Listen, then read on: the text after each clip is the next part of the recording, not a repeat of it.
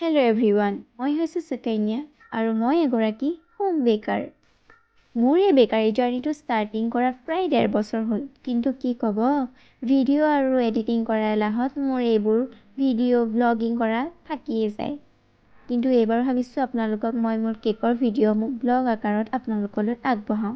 যদিহে আপোনালোকে মোক মৰম, আশীৰ্বাদ আৰু ছাপোৰ্ট কৰে, তেনেহ'লে সদায় মোৰ এই কেকৰ ধুনীয়া ধুনীয়া ভিডিঅ'সমূহ দেখিবলৈ পাব। আজি এটা মোৰ কেকৰ অৰ্ডাৰ আছিলে আৰু এই কেকটো মোৰ ভাইটি এজনে মোক অৰ্ডাৰ কৰিলে আৰু কেকটো ষ্ট্ৰবেৰী ফ্লেভাৰত দিছিলোঁ। যিহেতু ভাইটিয়ে নক'লে যে কেকটো কি ফ্লেভাৰত লাগিব, সেইটোকে মই ষ্ট্ৰবেৰী ফ্লেভাৰতে দিলোঁ। কেকটো ধুনীয়াকৈ ক্ৰীম লগাই মেলি ধুনীয়াকৈ ক্ৰাম কোট কৰি মেলি ল'লোঁ।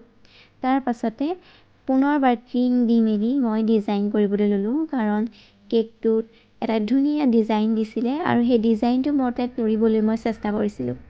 আৰু ডিজাইনটো চাওক, এইটো আছিলে আৰু এইটো মতে মই ডিজাইন চেষ্টা কৰিছোঁ, কিমান পাৰোঁ নাজানো, কিন্তু লাষ্টৰ ফাইনেল লুকটো আপোনালোকে দেখিব। এয়া নজেলেদি মই ধুনীয়াকৈ ফ্লাৱাৰ ডিজাইনত আছিলে আৰু এই ডিজাইনসমূহ দিলোঁ। আৰু কেকটো কেনেকুৱা লাগে লাষ্টত কমেণ্ট কৰি ক'ব।